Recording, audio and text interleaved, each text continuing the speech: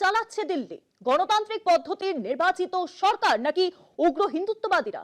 শ্রাবণ মাসে হিন্দুদের ধর্মীয় কাওয়ার যাত্রা শুরু হতে বিজেপির নেতা ও মন্ত্রী কপিল মিশ্র তিনি জানিয়ে দিয়েছেন, শহরে মাংসের দোকান খোলা রাখা যাবে না। দোকানে দোকানে হুমকি দিচ্ছে বিশ্ব হিন্দু পরিষদ।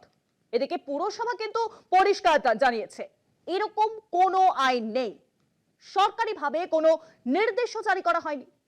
তাতে কি আইনকে বুড়ো আঙুল দেখিয়ে হাজার হাজার পরিবারের ভাত মারা যাচ্ছে এবার দিল্লিতে।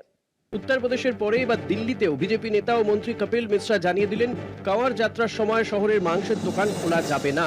অথচ দিল্লি পুরসভা স্পষ্ট জানিয়েছে, 1957 সালের আইনে মাংসের দোকান বন্ধ রাখার কোনো নিয়ম নেই, সরকারিভাবে কোনো নির্দেশও জারি হয়নি। তবুও বিশ্ব হিন্দু পরিষদ নিজের হাতে তুলে নিয়েছে আইন রক্ষার দায়িত্ব।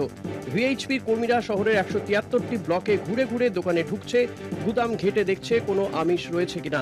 তারপর সনাতনী সার্টিফিকেট দেওয়া হচ্ছে নিরামিষ দোকানগুলোকে, যেন এটাই এখন দোকান চালানোর লাইসেন্স। কেউ প্রশ্ন তুললে তাকে অসনাতনী তকমা দিয়ে হুমকি দেওয়া হচ্ছে। এটা শুধু ধর্মীয় বিশ্বাসের বিষয় নয়, এটা অর্থনৈতিক প্রশ্ন। গাজীপুর ও নিজামুদ্দিনের মতো অঞ্চলে হাজার হাজার পরিবার মাংস ব্যবসার সঙ্গে যুক্ত। মাস ভর দোকান বন্ধ থাকলে তাদের রোজগার বন্ধ হয়ে যাবে। অথচ সরকার বা প্রশাসনের তরফে এখনো কোনো নোটিশ দেওয়া হয়নি। শুধু বিজেপি নেতা আর ভিএইচপির গোড়ামিতে ত্রস্ত সাধারণ মানুষ।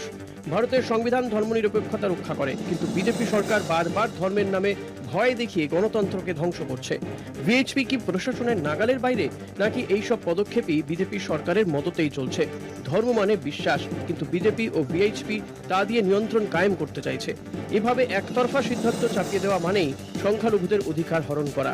কাওয়ার যাত্রা হোক শান্তিপূর্ণ, কিন্তু তাতে মানুষের জীবিকা বন্ধ করে দেওয়ার অধিকার কারো আছে কি?